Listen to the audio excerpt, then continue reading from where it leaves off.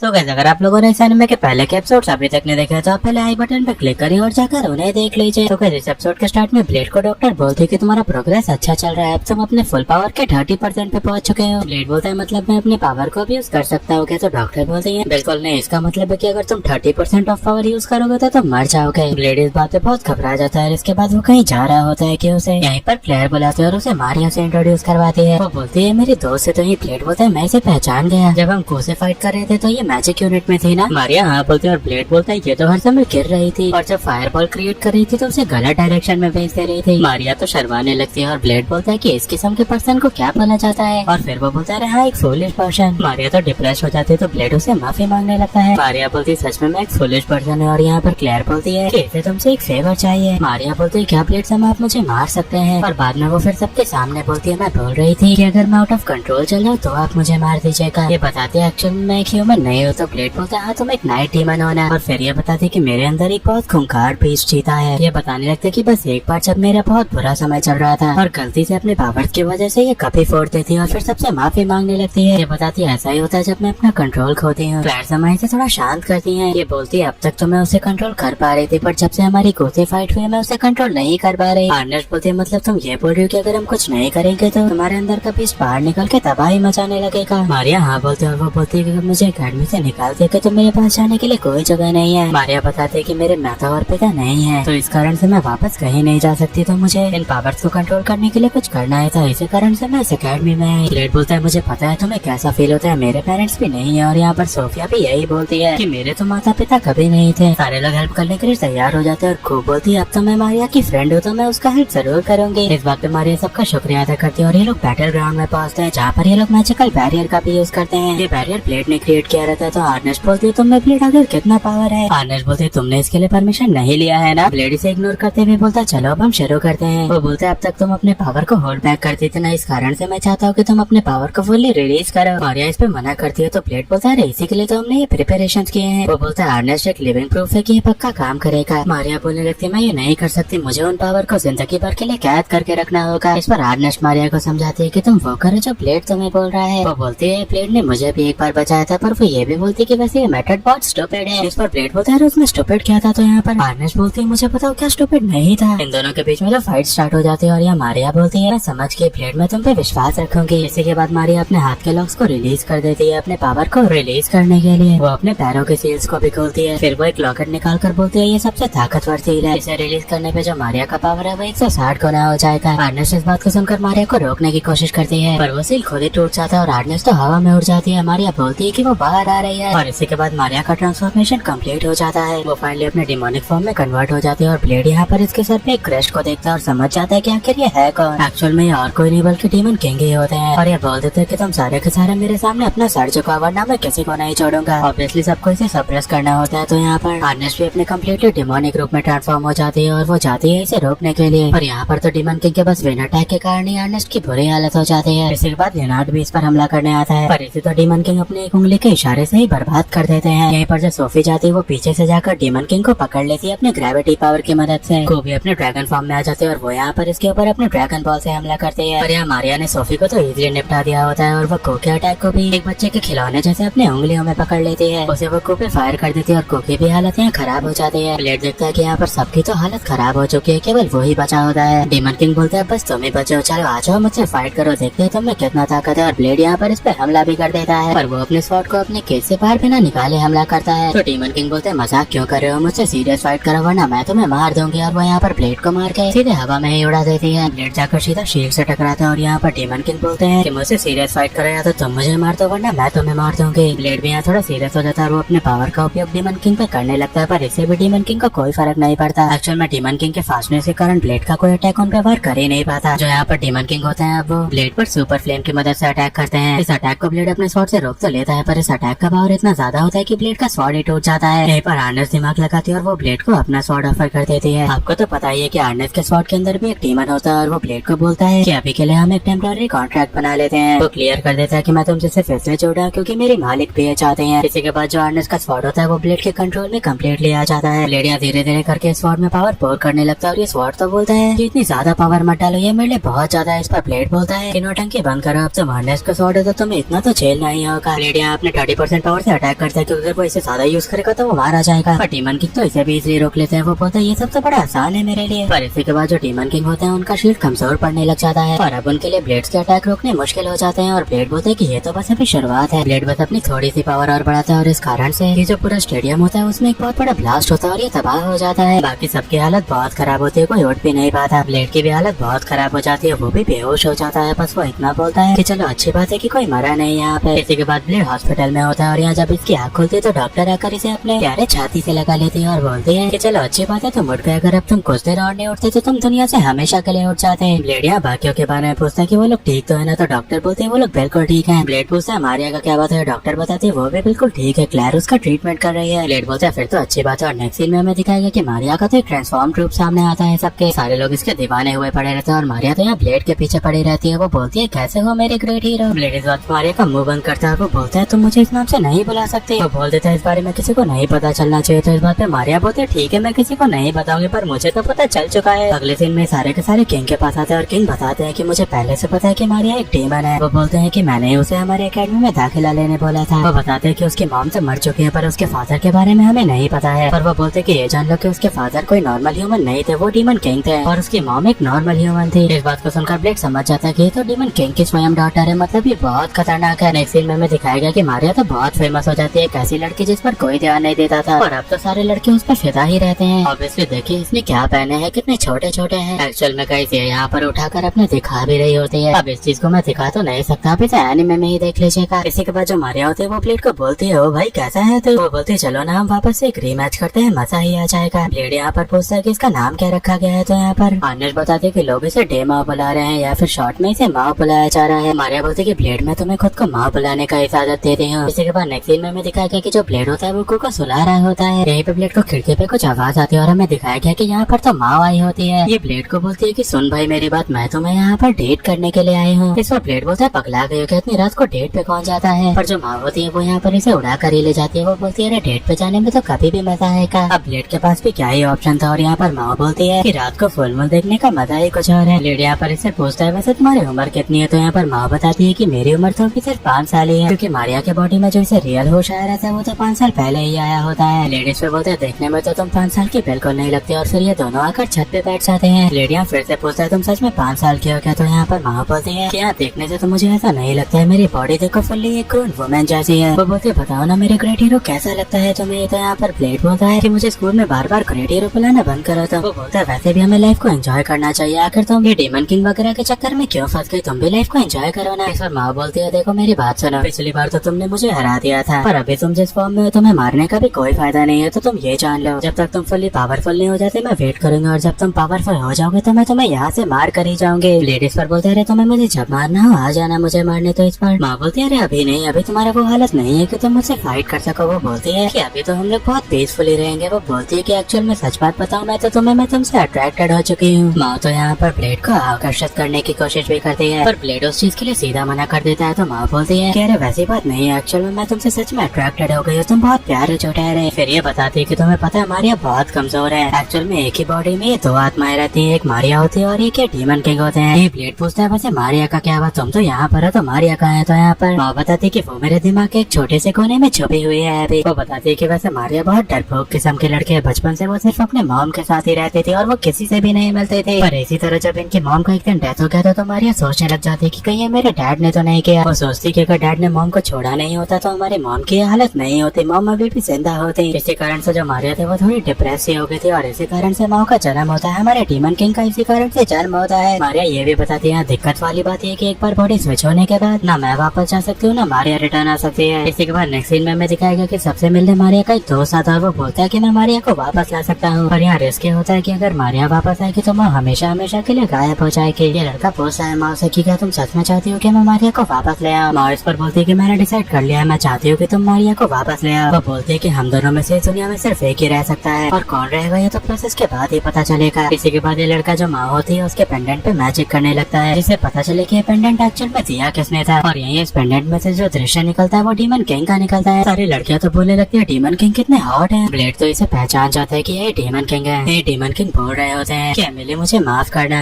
Actual में ये सारी बातें रिकॉर्डेड होती है और वो बोल रहे होते हैं कि मुझे तो ये भी नहीं पता कि हमारा बच्चा एक लड़का है या फिर एक लड़की है, क्योंकि जबकि एक्चुअल में जब इसकी मॉम एमिली प्रेग्नेंट होती है तभी ये इन्हें छोड़कर जा चुके होते हैं। वो बोलते हैं मुझे पता है कि तुम्हारे दिमाग में यही चलता हो कि मैं तुम्हें छोड़कर क्यों चला गया। डेमन किंग बहुत इमोशनल हो जाता है और वो बोलते हैं देखो मुझे पता है कि हम दोनों सेम रेस से नहीं है, पर चाहे कुछ भी हो हमारा बेटा हो या फिर एक बेटी हो। वो बोलते हैं हमारा बेटा होगा तो उसका नाम मोरोटेस होगा और अगर एक बेटी होगी तो उसका नाम मारिया होगा। वो बोलते हैं मैं तुम लोग से सच में बहुत प्यार करता हूँ और मैं बिल्कुल जाना नहीं चाहता, पर मैं क्या करूँ, वक्त और हालात कभी कभी इंसान को मजबूर कर देते हैं कि ना चाहते हुए भी उन्हें अपने परिस्थितियों से भागना पड़ता है। वो यहाँ बहुत इमोशनल होते हैं और बोलते हैं कि मैं तुम दोनों से बहुत प्यार करता हूँ। इसी के बाद हमें माओ के दिमाग के अंदर का सीन दिखाया गया जहाँ पर मारिया और माओ एक दूसरे से बात कर रहे होते हैं। इसी के बाद फिर डेमन किंग बोलते हैं कि चाहे कुछ भी हो जाए मैं तुम लोगों से बहुत प्यार करता हूँ और इसी कारण से मैं हमारे बच्चे को एक बर्थ मार्क भी दूंगा, वही जो हमने एपिसोड के स्टार्ट में देखा था। यहीं पर जो माँ होती है वो अपनी बॉडी को अब कंट्रोल नहीं कर पाती और वो सबको बोलती है कि जल्दी से मारिया का नाम पुकारो। वो बोलती है अगर तुम उसका नाम पुकारोगे तो वो इस दुनिया में वापस आ जाएगी और मैं इस दुनिया से हमेशा के लिए खत्म हो जाऊंगी। माओ की आंखों से आंसू बिखर रहा होता है और सारे लोग बहुत इमोशनल हो जाते हैं, पर फिर भी सारे के सारे जल्दी से मारिया का नाम चिल्लाते हैं। और इसी के बाद जो माँ होती है वो अपने घुटनों के बल आ जाती है और जो मारिया होती है वो वापस आ जाती है। कुछ लोग तो यहाँ पर खुश होते हैं और कुछ लोग आप जान ही रहे हैं किस कारण से दुखी भी होते हैं। इसी के बाद हमें ब्लेड और मारिया के बीच में एक फाइट दिखाया गया है और जैसे यहाँ पर मारिया अपने गॉगल्स को निकालती है वो फिर से माओ में कन्वर्ट हो जाती है। इसका मतलब ये होता है कि माओ की पर्सनैलिटी गायब पूरी तरीके से नहीं होती है। एक्चुअल में इन दोनों में एक ऐसा रिश्ता बन गया होता है कि अब ये लोग दोनों जब चाहे एक दूसरे को एक्सचेंज कर सकते हैं। ब्लेड तो यहाँ पर माओ को जमीन पे गिराता है और वो यहाँ पर इसके गालों को खींचने लगता है और बोलता है मैं तुम्हारे गालों को छोड़ूंगा नहीं। माओ बोलते तुम्हारे इतनी हिम्मत और गतिविधि के साथ एपिसोड खत्म हो रहा है। अगले एपिसोड तक के लिए